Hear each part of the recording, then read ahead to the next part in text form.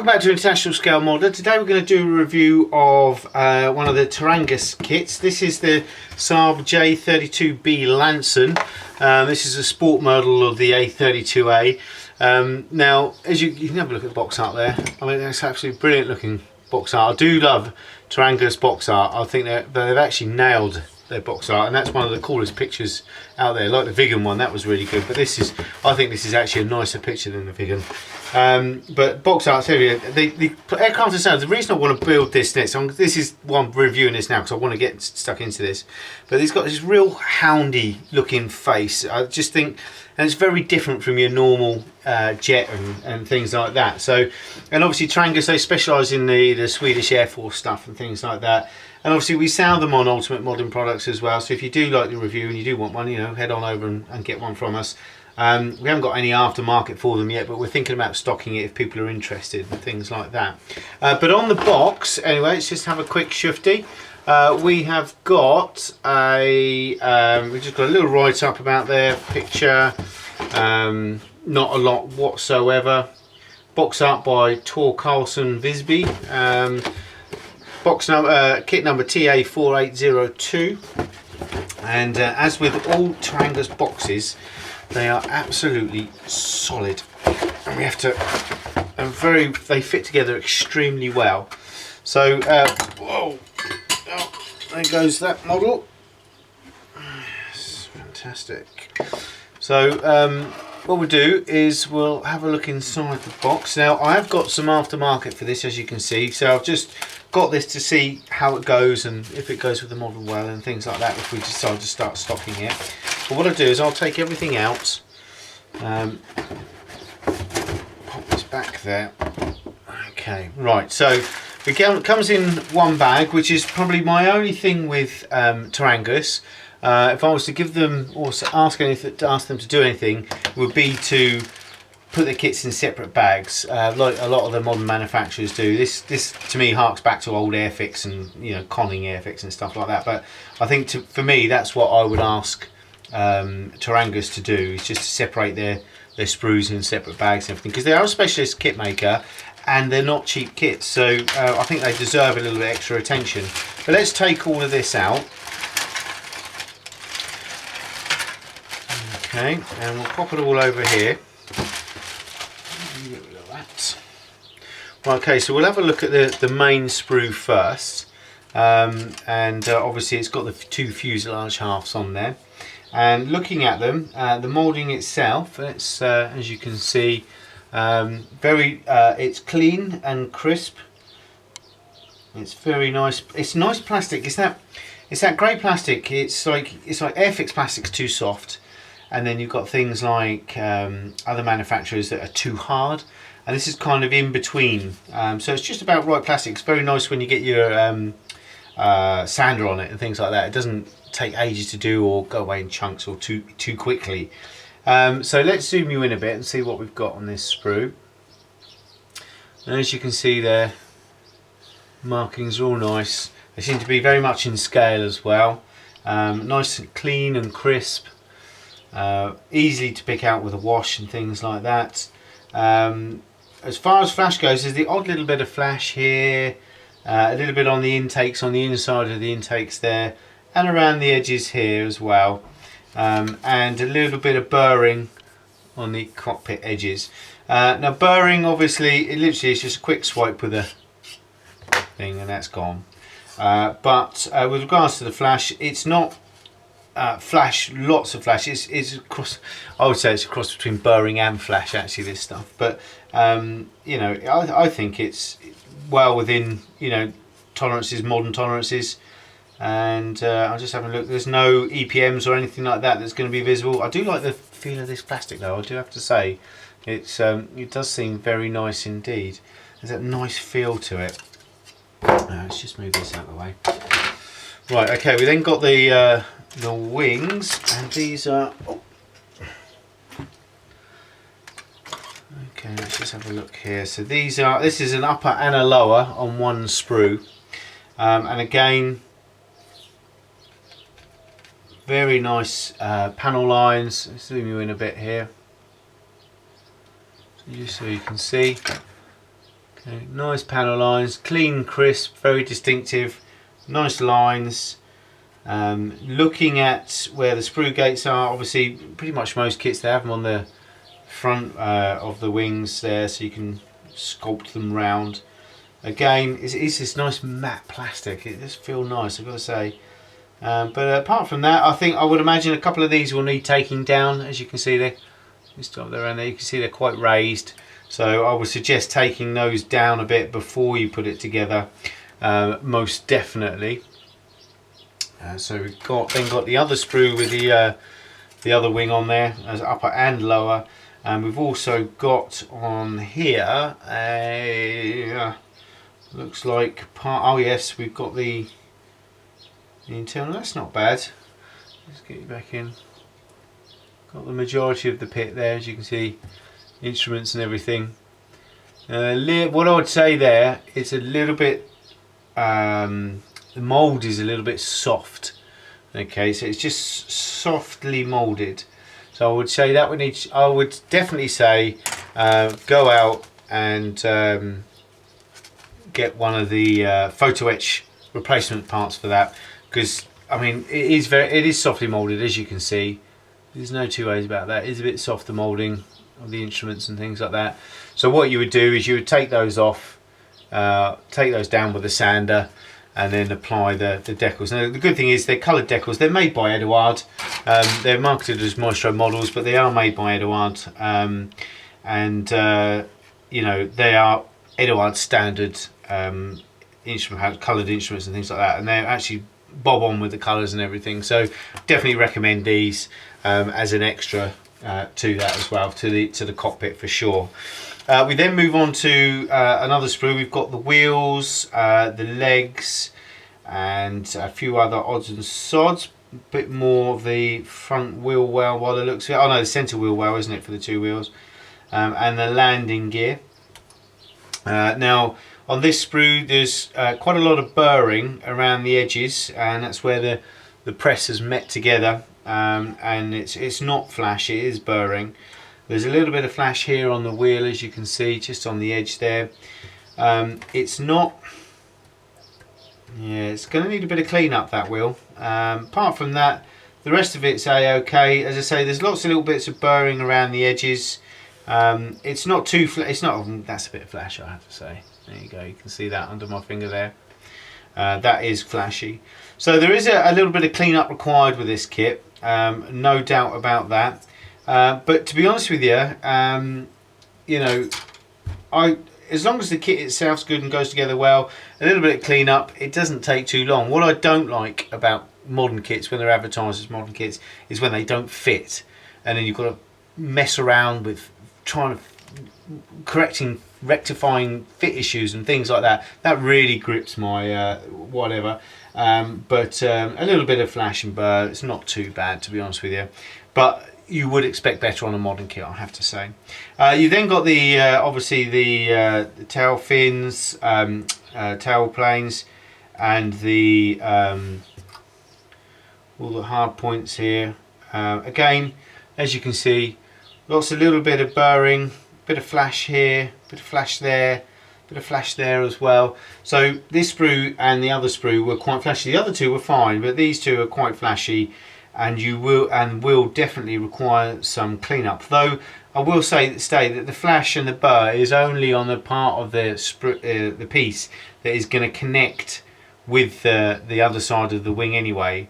So I mean, these pylons are they will require a little bit of work, but the exterior of them is just a little bit of work with a scalpel, that's all, or a nice blade, hobby blade.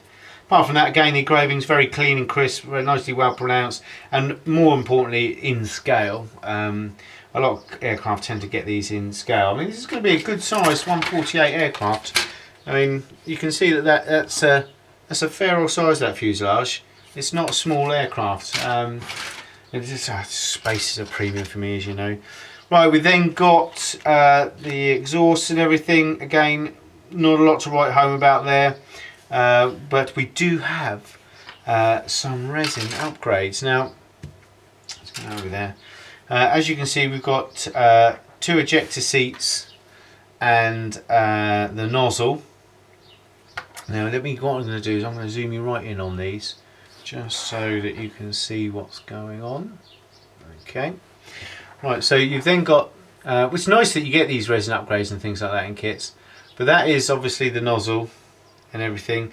Again, it's being resin, it's always going to need a bit of clean up here and there, but apart from that, it's nice detail, but you can see here it's going to need a little bit of sorting out just to make those edges a bit straight. But resin always needs clean up. But apart from that, some nice patterns on the inside, and that will look nice. I think this centre bit's going to have to come out. You have to take this out as well, because that's going to show quite awfully otherwise. You then got the ejector seats. Now, 2 resin ejector seats, all one piece, which is very, very nice, as you can see. It's a funny old resin by the feel of it. It's quite a soft resin, as you can see, brittle. But apart from that, the detail is nice. Again, needs a little bit of clean up here, but all resin needs clean up, and it just needs a little bit of finessing basically. But apart from that, it's a nice touch that you get some resin upgrades in a bulk standard kit. You know, usually if you're buying resin upgrade stuff like this, it's £10 a pop, you know, and things like that. So it's just a nice little touch. So we then move on to what else have we got in here? We've now got another bag, and in here we have, let's have a looky look. So we've got the clear parts, the decals, and the instruction manual. So first we'll have a look at clear parts. As you know, this is always my most important part of a kit, I think. So we'll have a look in here, see what we've got.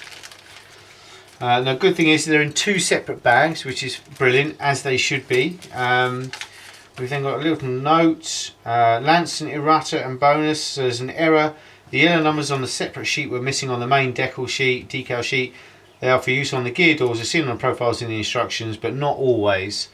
So check your references. For instance, 06 at F4, including the decal options, can be seen on photos both with and without the numbers depending on period of time. The instrument panel decals are very strong and can be applied on top of the profiled plastic parts if you prefer. You can remove the surface detail before applying the decals.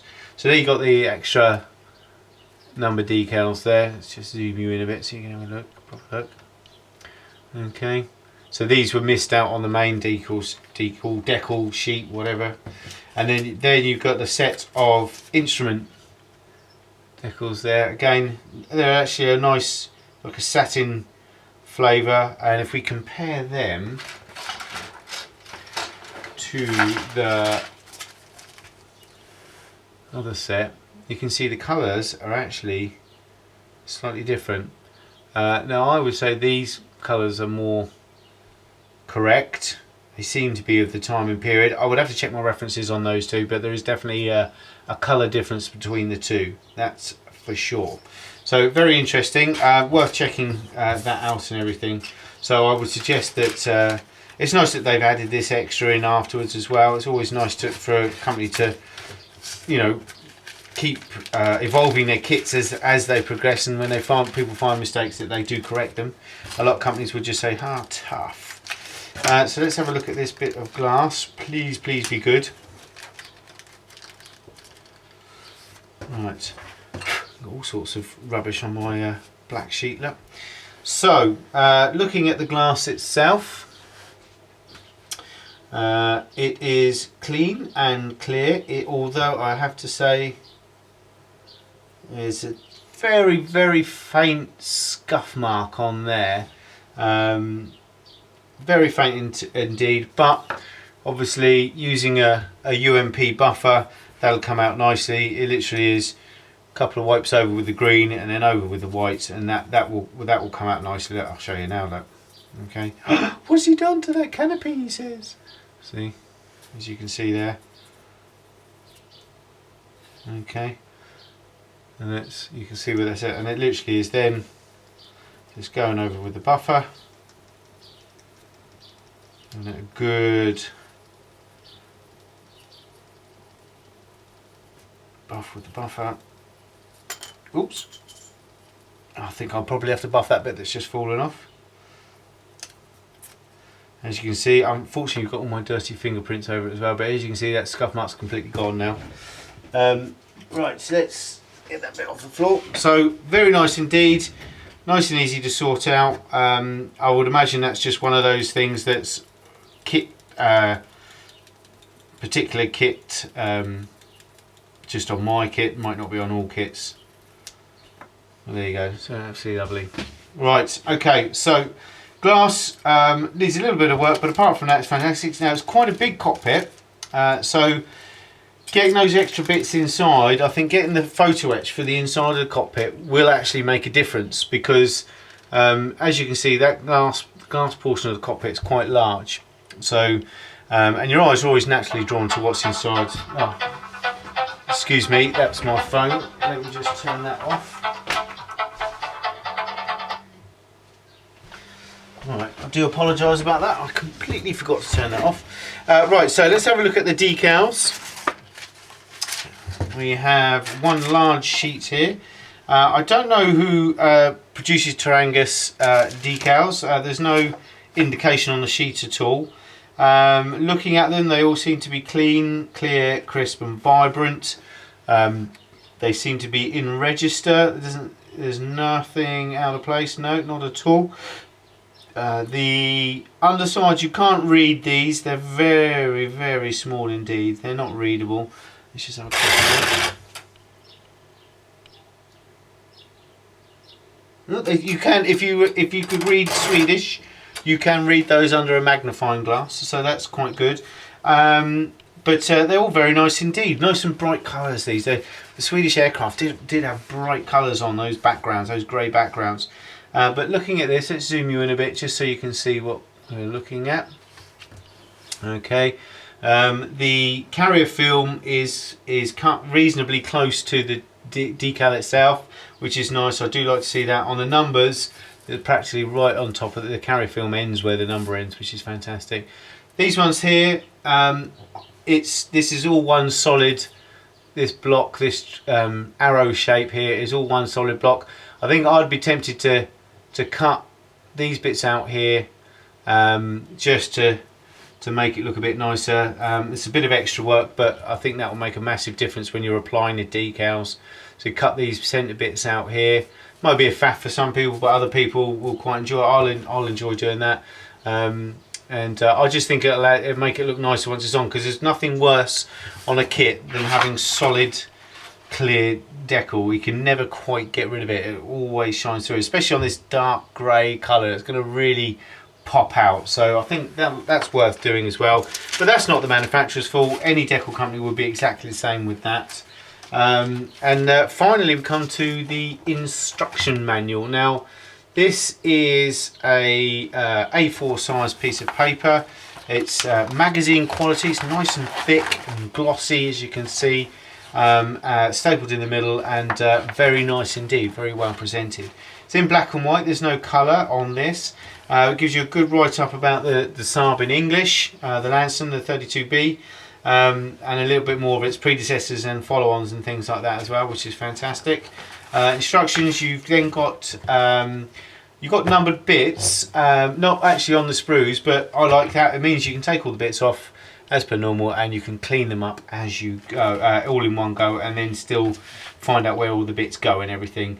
It's then got a colour guide here. Now, it doesn't give you a paint manufacturer per se.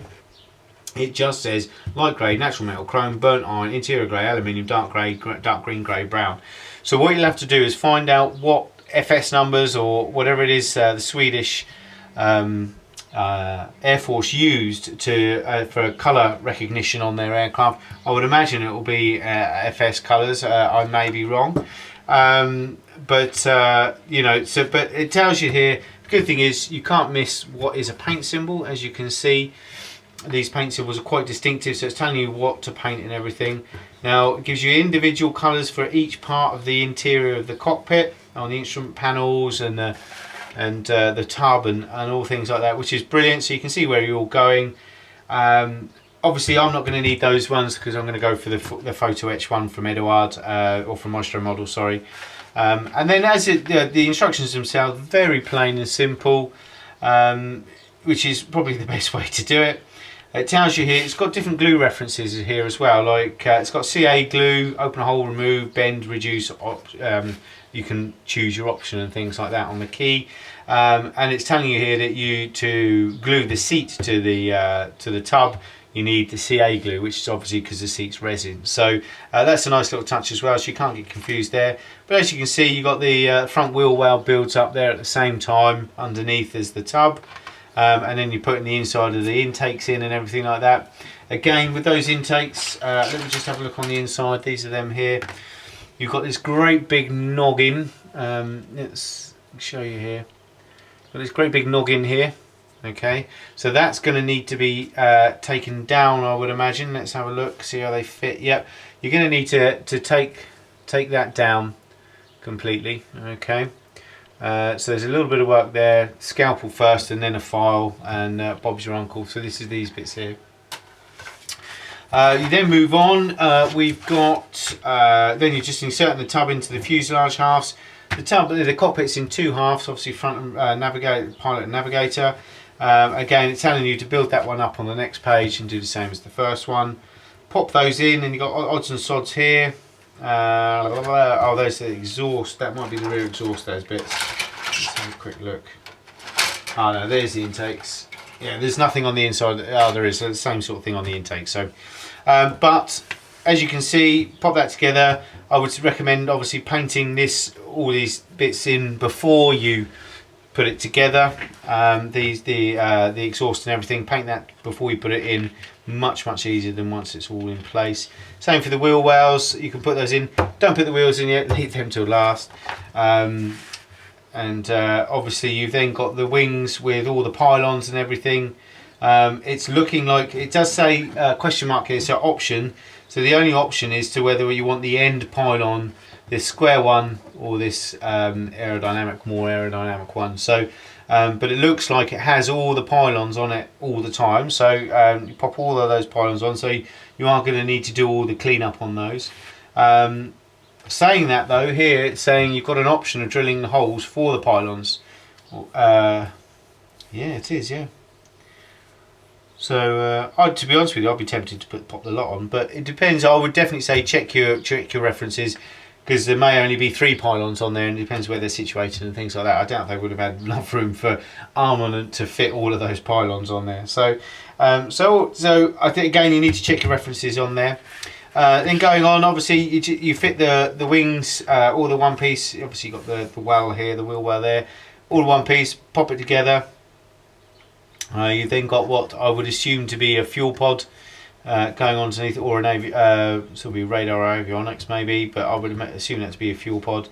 And then you obviously got the wheel bay doors and things like that. We've then got at the end, we've got a bit of info, as you can see here. It's just telling you, giving you the dihedral. It's obviously completely flat. There is no dihedral and hedral there. It's completely level. Well, it's showing it with all of the.